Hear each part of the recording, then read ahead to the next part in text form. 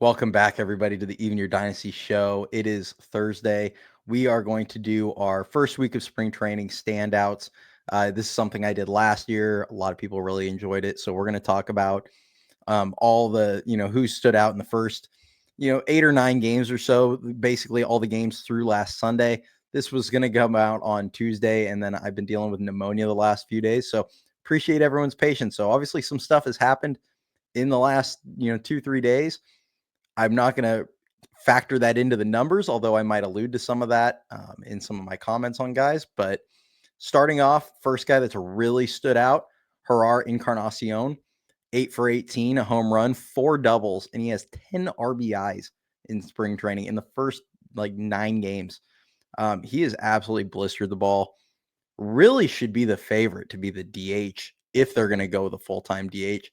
Frankly, I think he should be the right-handed part of the first base platoon and then have him DH on the days that they're starting Wade at first. That's just how I feel about him. But yeah, I mean, his batted ball metrics are great. He's been absolutely hitting the ball very hard. He had a 113 mile per hour home run against the Dodgers the other day. So it really promising. Good to see it'll be nice to see what we have out of him in a full season. Jung-Hoo Lee, he's 6 for 15, has a home run, a double, and 2 walks. He did this last spring training as well. He just shows up and rakes. It looked like last year, watching him during the season, that he was getting close to just breaking out at the major league level, and then unfortunately the injury happened.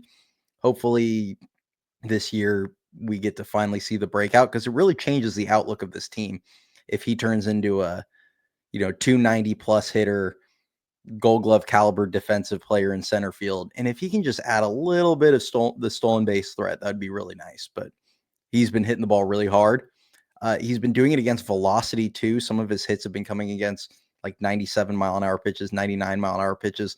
And that was a knock on him. A lot of people thought that he couldn't really handle the velocity, and he has so far. So that's the second guy that stood out for me. Next is Matt Chapman.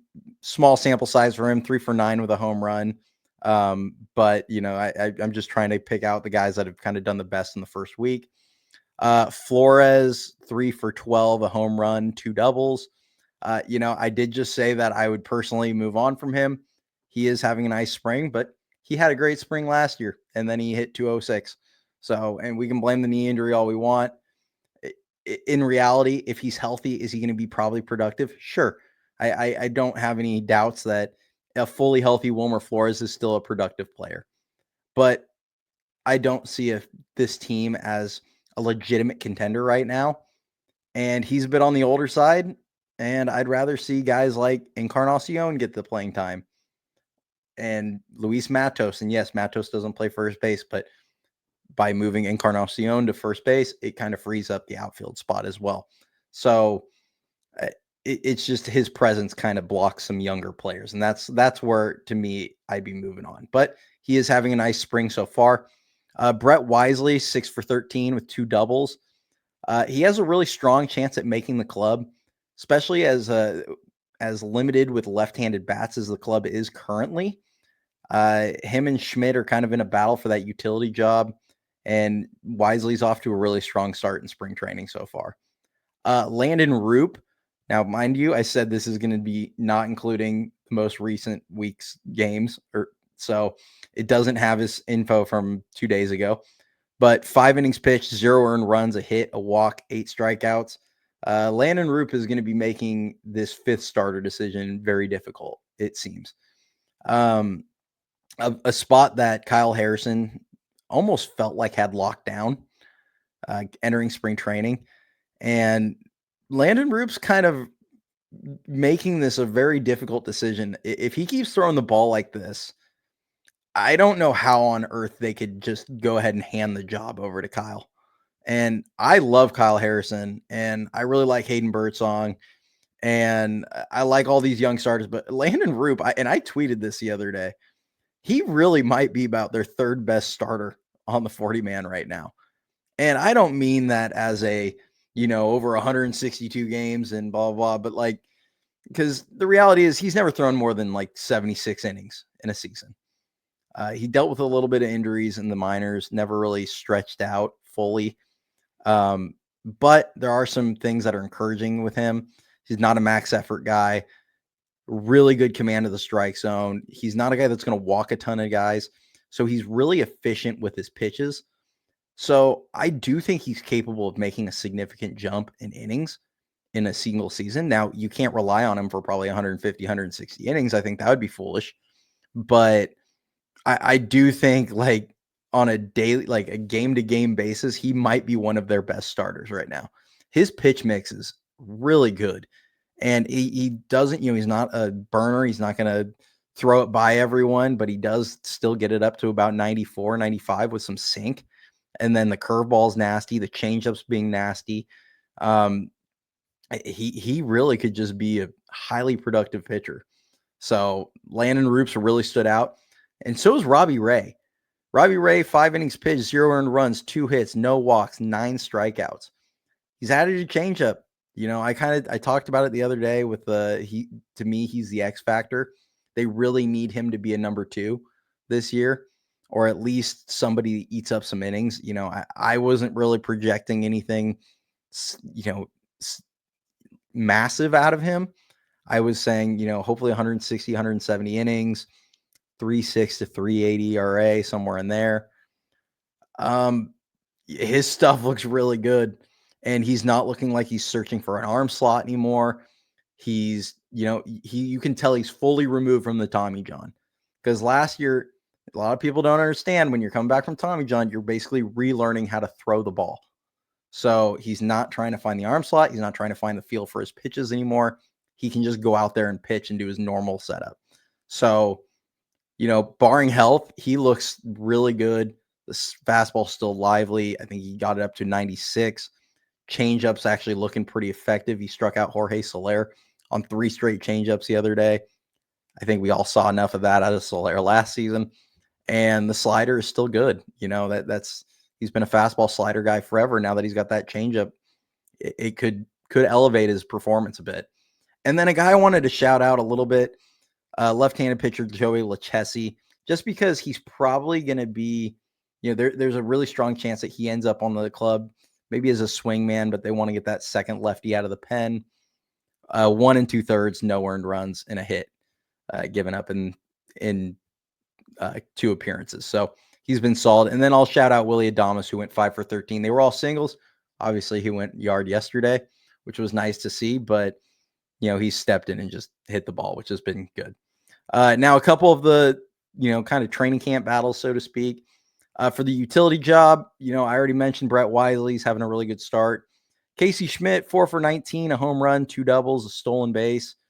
He's hitting for some power. He actually hit his second home run yesterday, but average kind of creeping up. He's made at least 1 defensive mistake over at second base. I think he also made a throwing error at third.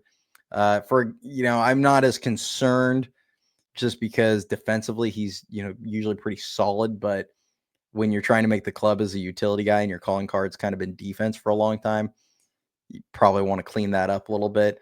And then Osleves Basabi, 2 for 10. I don't think he's really got a real shot at making the club right now. He'll probably go to AAA, and then they'll, if he plays well there might be a time down the road where he ends up as a utility guy. For the 4th outfielder, I'm throwing Yaz in there. Obviously, Yaz is the far and away favorite to be the starting right fielder right now, but just kind of throwing out all the guys that are playing right there that have a legitimate shot, in my opinion, of being that guy. Yaz is 2 for 12 with a home run and a double. Historically, the last couple of years, he hasn't really done well in spring training. Hopefully that doesn't carry over into the regular season like it did last season, where it took him about a month and a half to get going. Luis Matos, 6 for 21, a home run and a double. Has made some really loud contact, has made some loud outs in that time frame. I think he had another hit yesterday. I mean, he's hitting over 300 now in spring training on this overall, but this was just the first week's games. And then obviously Encarnacion has been the best offensive player on the team so far. For the 5th starter spot, Harrison, 2 innings pitched, 2 hits, 3 Ks, no earned runs. Obviously, that changed yesterday. If anybody's wondering what, look at the box score. It was pretty ugly. Hayden Birdsong, 4 innings pitched, an earned run, 4 hits, 6 strikeouts. He's also looked pretty sharp. I fully expect him to be in Sacramento to start the year. He does have some command stuff that obviously they're going to try and clean up. Sacramento, the challenge system, smaller strike zone, not necessarily the worst place to try and develop that. And really, they need to keep him as a starter. So it makes more sense to send him to Sacramento than it would to, put him in the bullpen in San Francisco, where he's not going to continue building up his innings.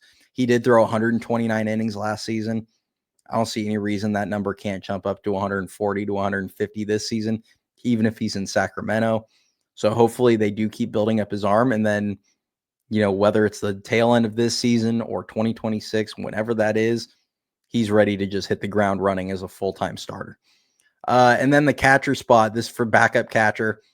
Sam Huff, 2 for 11, a home run, 2 walks. He has struck out eight times. Not something you want to hear. Though, you listen to him and Robbie Ray talk. Robbie Ray spoke pretty glowingly on how Sam Huff is calling games for him. So, it seems like he's developing a bit of a rapport, at least with some of the pitchers. Maybe he's a guy they keep around and have him, with Murphy being hurt, maybe they have him start or have him as the backup and he catches Robbie Ray starts or something like that. That way they can get Bailey more days off. Max Stassi, 0 for 6, a walk, 4 strikeouts. Nothing really to write about there. That's all I have for the first week in games. I will try and have week 2 out on Tuesday next week. We do have the live show going on tomorrow.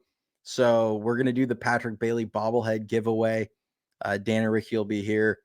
I will hopefully be on tomorrow as long as this sickness, I can kick it enough to be able to get through the show. But I appreciate everyone hanging out. If you do enjoy the content, please do like the video, subscribe to the channel and all that good stuff. But we will talk to you soon. Go Giants.